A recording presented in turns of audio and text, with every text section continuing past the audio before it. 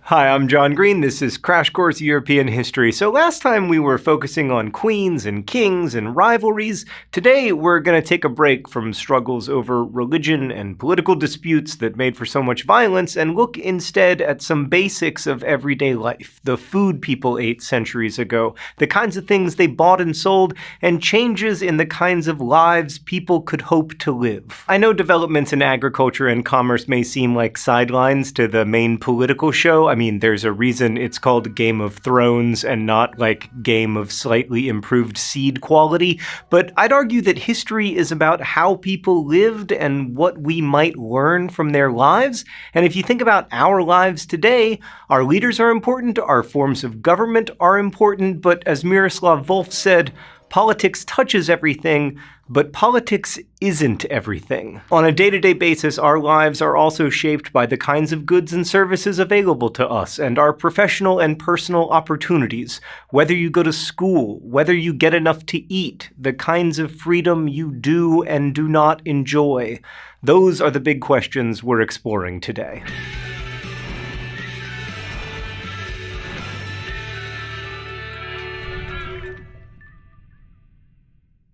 The citizens of many European nations today have long life expectancies and a top standard of living. Europe also comprises the largest developed economic marketplace and a major region of trade. But in 1500, that was hardly the case. In the early 14th century, a major famine erupted, with further famines across the centuries. We've talked about the Black Death. Trade was local and regulated by guilds, that is, by organizations of individual artisans and traders that determined the number and type of goods that could be produced and marketed. In the late Middle Ages, Europe was a subsistence economy with little, if any, agricultural surplus. If princes could satisfy their appetite for food and drink on a regular and reliable basis, they were virtually alone in experiencing a consistently full stomach. In 1500, Europe was not exceptional in life expectancy or in many other measures of well-being. But in the early modern period, roughly between 1500 and 1750, the situation gradually improved. And I know that seems impossible given all the religious strife and wars and massacres we've discussed so far in this series, but during this period, population actually rose. In Britain, for instance, the population almost doubled between 1700 and 1800. Historians attribute this rise to developments in agriculture, sometimes called an agricultural revolution, that unfolded alongside all that warfare. And there was also growth in commerce, often called a commercial revolution, and of course the Columbian Exchange, which made new, nutritious foods from potatoes to corn available to Europeans. But the agricultural revolution was also driven by innovation that dramatically boosted agricultural yields in Europe between 1500 and 1800. Let's go to the thought bubble. For starters, it was discovered that planting certain crops like turnip and clover could replenish soil, which was one example of crop rotation. Farmers would plant one crop in a field one year and then another the next year, rotating 2 or at times 3 crops to add nutrients to the soil. And the great thing about crop rotation is that it decreased the amount of farmland that needed to remain fallow each year, that is, unplanted. Secondly, with the Dutch pioneering some advances, land reclamation occurred across Europe. This entailed converting marshes and other previously unusable land into farmland.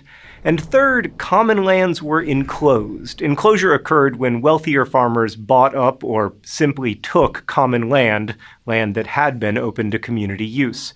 Private farms were able to innovate faster than communities, which required consensus in group decision-making. And fourth, there were new inventions, such as the seed drill and a plow that could be drawn by 2 instead of 6 or 8 farm animals. The new plow cut down on expenses, and the seed drill made planting more accurate with less wasted seed. Both of these new tools, by the way, copied Chinese inventions. But while enclosure and more mechanized farming practices did mean more overall food and therefore more overall wealth, not everyone benefited, because a decrease in common land meant that fewer people had direct access to land land for their own use. Thanks, Thought Bubble. So one example of all these innovations can be seen in the life of Elizabeth, Countess of Sutherland, who inherited some 800,000 acres of land in Scotland. Stan, hold on a second. Is that a trout in her hair? Is it a feather? Was there some kind of hairfish trend at the time? Let's move on from lighthearted portrait jokes and talk about people being wrested from their land. So Elizabeth removed hundreds of tenants from her estate, then created unified acreage for farming and raising sheep with the help of day laborers. These landless workers were cheaper, and also, unlike the tenant farmers who had lived on the land previously, day laborers did not have long-standing claims to inhabit and work the land, called tenancy. The Countess was known for chasing villagers away from their land with her own hands, and also for innovations that increased productivity even as Sutherland's former tenants became homeless. So more overall food, but on land controlled by fewer people. So obviously this agricultural revolution entailed massive social dislocation that included the rise of poverty, migration of disenfranchised farm workers to cities and also to other continents, and even as overall agricultural production rose, some among the poor starved. And this period of European history is still widely debated, in part because ideas of private property and inequality of wealth remain resonant today, but whether this modernization helped or hurt humanity again depends on your perspective. To some, it was fatal. To many, it meant trauma and impoverishment as people were removed from lands their families had farmed for generations. But these changes also helped fuel greater overall food production, population growth, larger cities, and more space for all kinds of specialized labor, from shoemaking to theater. I mean, it's no coincidence that Shakespeare and Marlowe were writing as English agricultural production started to increase. Farmers started experimenting with all kinds of new crops, but especially with maize and potatoes, which could produce superabundant... Did the world just open? Is there a potato in the center of the world? There's a lot of candidates for most important plant of the last 500 years, but I'm gonna say it's the potato. They contain lots of carbohydrates, and whatever micronutrients are, you can turn them into both French fries and tater tots, the world's two most important foods. But most importantly, you don't need great soil to have great potatoes. Just ask Idaho. In addition to the transfer of crops, knowledge of agriculture was transferred from Africa and the Americas to Europe. Women in both the Americas and Africa had made their regions food-rich, as European traders and invaders testified, and their knowledge of crops and irrigation techniques allowed, for instance, rice to be grown in larger quantities in European colonies. Much of what Europeans learned about agriculture from Africans came from enslaved women agriculturalists. Slavery has existed for millennia, but slaves have experienced very different lives depending on culture and religion and occupation and gender. Before 1650, the Atlantic slave ships took an annual total of around 7,500 Africans to the Western Hemisphere, and that number was comparable to other slave routes, such as the one in South Asia or the Ottoman Empire. The vast majority of those slaves went to Mexico and South America. European ships transported other slaves from the Indian Ocean across the Pacific, many of them to Mexico. But beginning in the late 17th century, there was a massive upsurge in African slavery that sought to replace the labor of the Native American populations that had been utterly devastated by disease and warfare. In particular, slave labor was used to fill the world's increasing demand for commodities and consumer goods. Europeans came to depend on sugar and tobacco and coffee and tea, many of which were produced primarily via forced labor.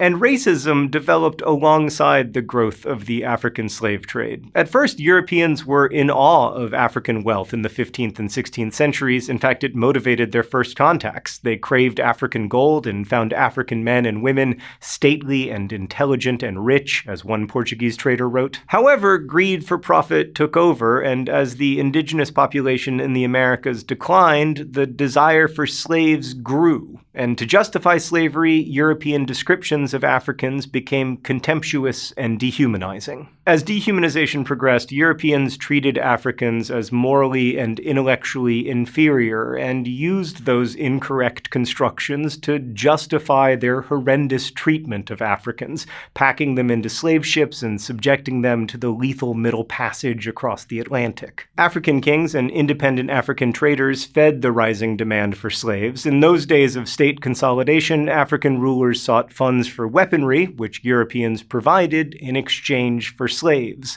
More advanced weaponry then allowed leaders to capture additional people to sell to European slavers for yet more weapons. European slavers mostly operated along the West African coast. While Arabs took slaves from East Africa to sell to India or into the Middle Eastern markets, the Saharan slave trade went northward, transporting many women slaves to serve as domestics and as sex workers. But the European slave market was by far the largest and the most violent, and its legacy of dehumanizing racism continues to this day. In the 18th century, 1 million slaves worked in the sugar industry and diamond and gold mines of Brazil. These industries were tremendously lucrative, and in that sense, slavery both produced and was a product of growing European wealth. The conditions of slavery were truly dire. Torture, beatings, overwork, and malnutrition were routine. And because the system itself did not treat them as humans, enslaved people had very little recourse. And there was always the knowledge that you could be separated from your children, from your family at any time, because you were treated legally and practically as property. The slave trade itself was part of a web of interactions that is still being understood. Historians used to talk about the triangle trade. Shippers took small iron goods from Britain to Africa,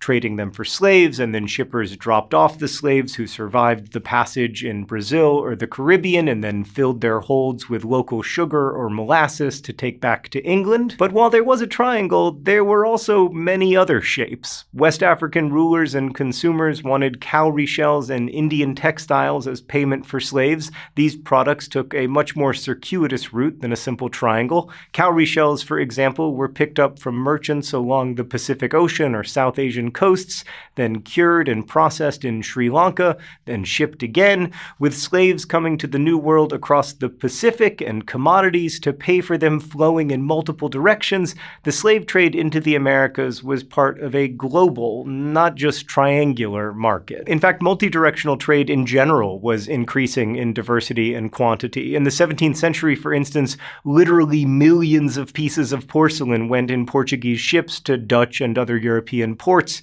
and to get funds to buy that porcelain, European shippers did a lot of local coastline shipping, stopping at ports around the Indian Ocean or at Chinese depots in the Philippines. European consumers snapped up goods and merchants grew wealthy. The increase in consumption was truly unprecedented. For example, in 1660, the East India Company imported 23 pounds of tea to Britain. In 1750, it imported 5 million pounds. Remember Queen Isabella's daughter getting a tiny box of sugar for a Christmas gift? Well, soon sugar was available to many Europeans. Innovation was also an important facilitator of economic growth. And I don't just mean innovation in terms of actual things. I also mean innovation in terms of ideas, like corporations. The East India Companies, such as those founded in Britain, the Netherlands, and France, focused each kingdom's international trade and raised funds for investment. Joint stock companies arose to finance merchant ships, and the development of double-entry bookkeeping gave merchants and bankers a better idea of inflows and expenditures. However, there wouldn't be laws limiting the liability of such companies until much later, so a ship lost at sea could still mean investors' loss of homes and possessions. Whereas now, when investors do things that lose money, we just give them their money back. And talking of bankers brings us to the Fuggers, the Fugger family of bankers who once loaned money to monarchs such as Charles V and Philip II of Spain, who then spent everything on defeating Protestants, and when the monarchy went bankrupt, the bankers were penniless too. This whirl of commerce disrupted society because it produced new values, and also because it created new groups of wealthy, influential people. Almost everywhere in Europe, people who weren't aristocrats became rich from global expansion of trade. Many of the aristocrats also became richer, of course, but the wealth of new groups of people upset long-held notions about the importance of of family lineage. And capitalism, that is, the private ownership of enterprises, changed everyday values and turned activities toward making profit above all else. Capitalism also created a new class of wealthy traders and merchants who competed for political influence with those from hereditary status groups, such as the nobility. We'll hear much more, of course, about the twists and turns of capitalism and aristocracy across the centuries, but by the beginning of the 18th century, capitalism was in a lively stage of development, thanks to the abundance provided by the agricultural and commercial revolutions, and also by the Atlantic slave trade, which wrenched some 11 to 12 million Africans from their homes and families. Thanks for watching. I'll see you next time. Thanks so much for watching Crash Course European History, which was filmed here in Indianapolis and made with the help of all of these nice people. Our animation team is Thought Cafe, and Crash Course exists because of your generous support at Patreon. Patreon is a voluntary subscription service where you can support the content you love through a monthly donation and help keep Crash Course free for everyone forever. Thanks again for watching, and as they say in my hometown, don't forget to be awesome.